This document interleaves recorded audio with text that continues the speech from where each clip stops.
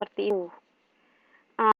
Untuk solusi penugasan memang kita harus melakukan istilah rasionalisasi karena kita harus penugasan akan kita lakukan sendiri dengan cara memilih, menentukan dari angka 0 pada tugas atau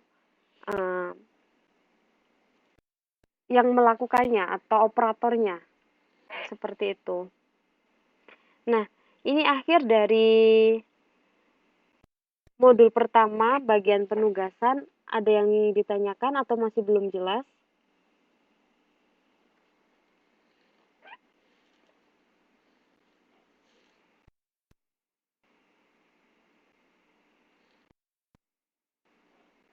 Halo? Ingin ditanyakan?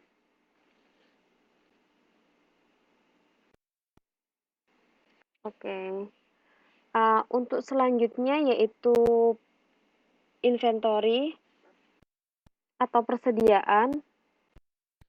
Jadi akan sedikit mengingat tentang akuntansi biaya. Masih pada akuntansi biaya sambil saya upload. Tadi saya sudah post PPT group untuk inventory.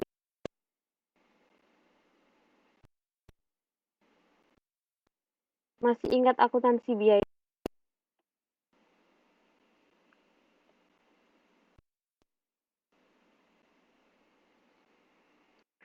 Karena ini nanti akan sedikit banyaknya juga membahas beberapa hal yang sudah pernah dipelajari di akuntansi biaya.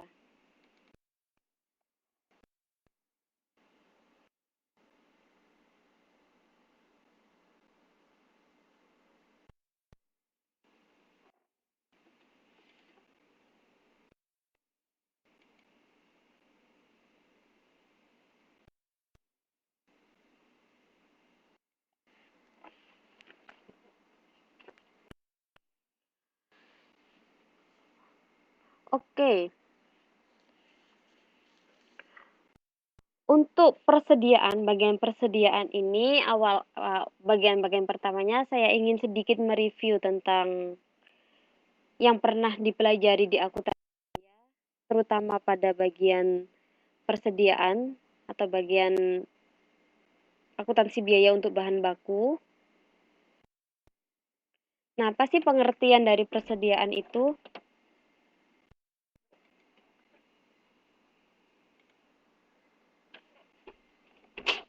Bentar. Yeah. Actually, Tim and his friend just was from here. And I think was going to Chongyuan. Huh? I don't know because Tim said others is going to Chongyuan. Others are going to Chongyuan. Yeah.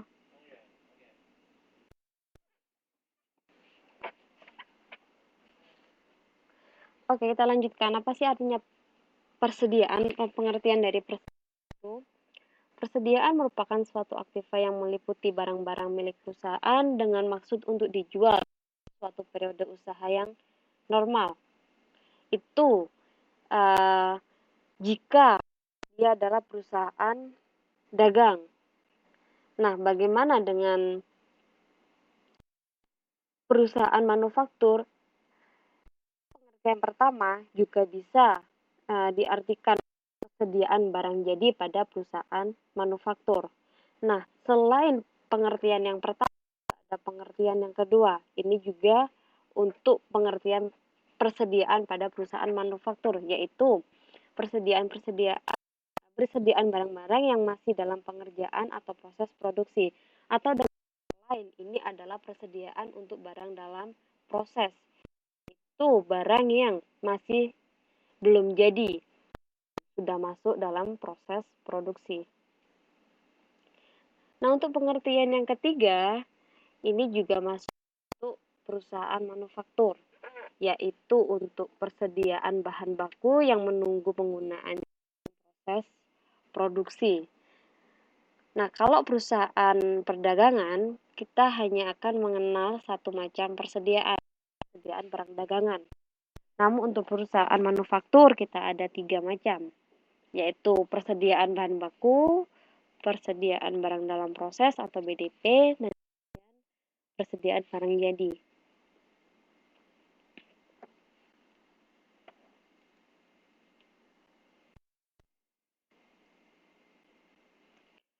Apa sih dari persediaan itu sendiri? Yang pertama yaitu untuk memberikan suatu stok barang-barang agar dapat memenuhi permintaan yang timbul dari konsumen.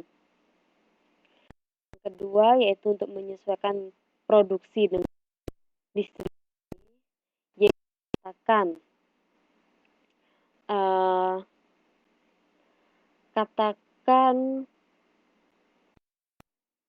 perusahaan target untuk mendistribusikan barang sejumlah 1.000.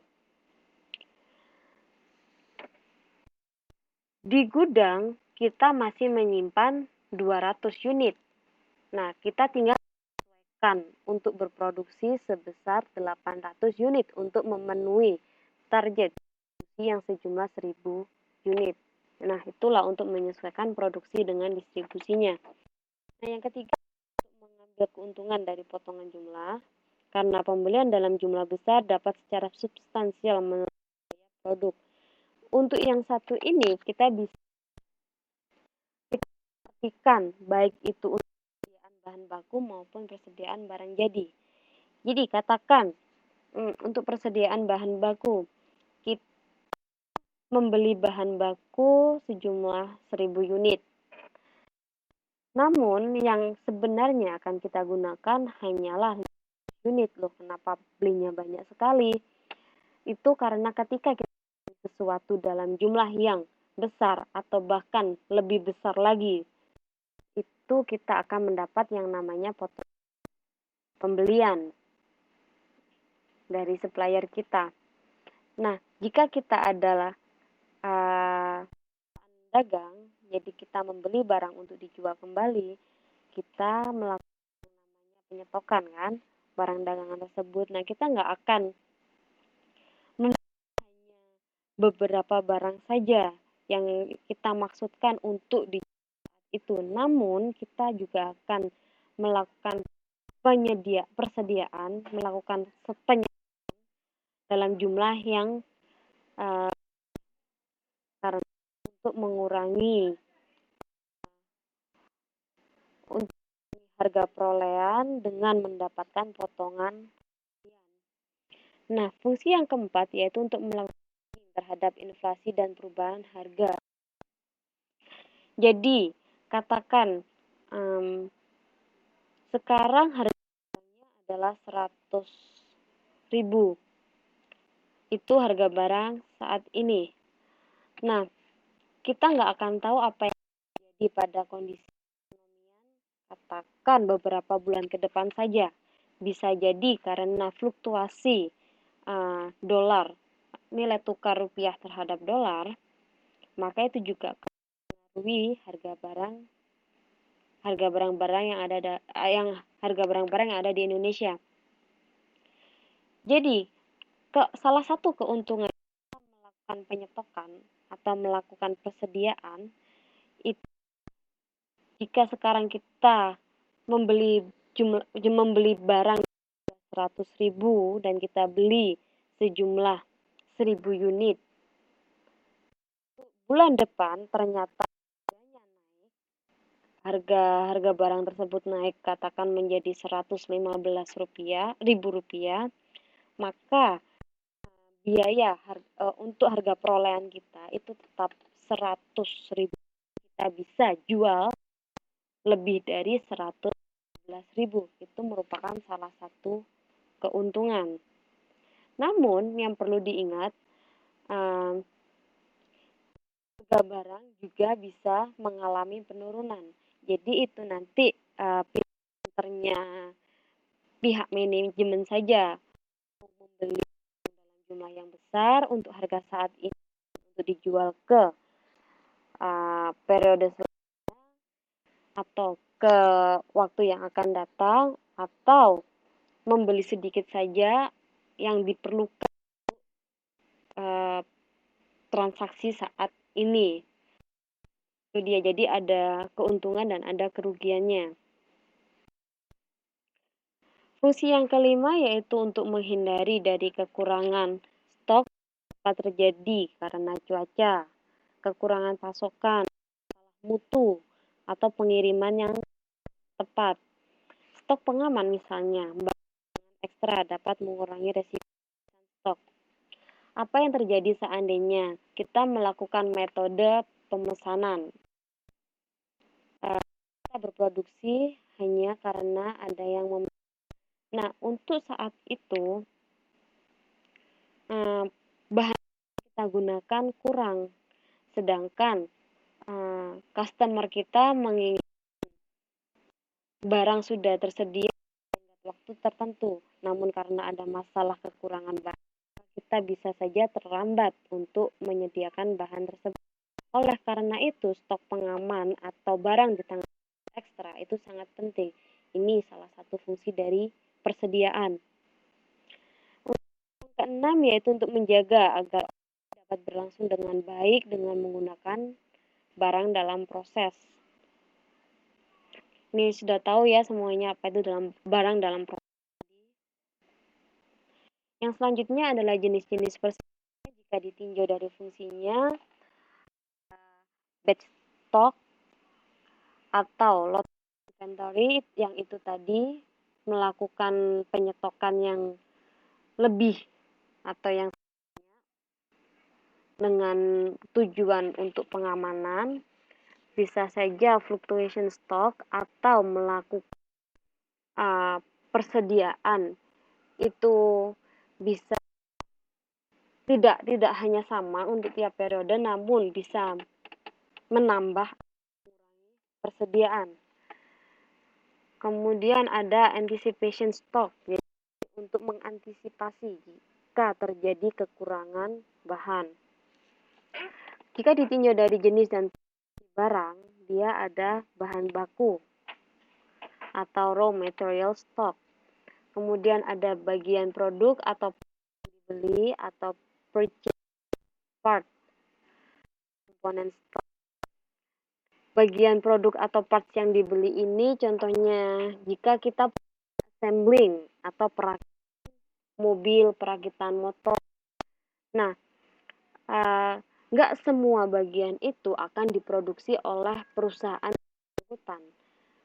Ada kalanya perusahaan tersebut juga memesan bagian-bagian dari motor mobil yang dia assembling itu dari perusahaan yang lain. Bagian produk itu merupakan purchase part atau komponen bahan-bahan pembantu atau pelengkap, supply. Kemudian barang setengah jadi atau proses yang tadi work in process atau progress stock, dan yang terakhir adalah barang atau finished goods stock.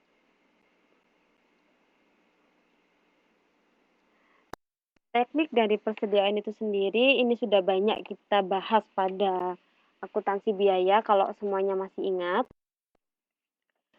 Untuk cara penentuan jumlah persediaan, kita ada dua sistem. Yang pertama sistem periodik, yang kedua sistem perpetual. Kalau sistem perpetual ini kita melakukan pencatatan dengan teliti. Untuk sistem periodik kita masih memerlukan yang namanya hitungan fisik.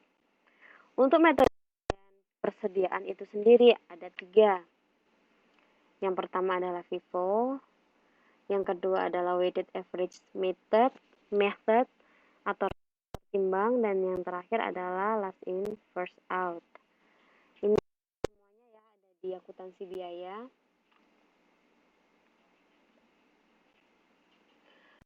Pengendalian persediaan, perusahaan harus dapat mempertahankan suatu jumlah persediaan yang optimum menjaga kebutuhan bagi kelancaran kegiatan dalam jumlah dan mutu yang tepat,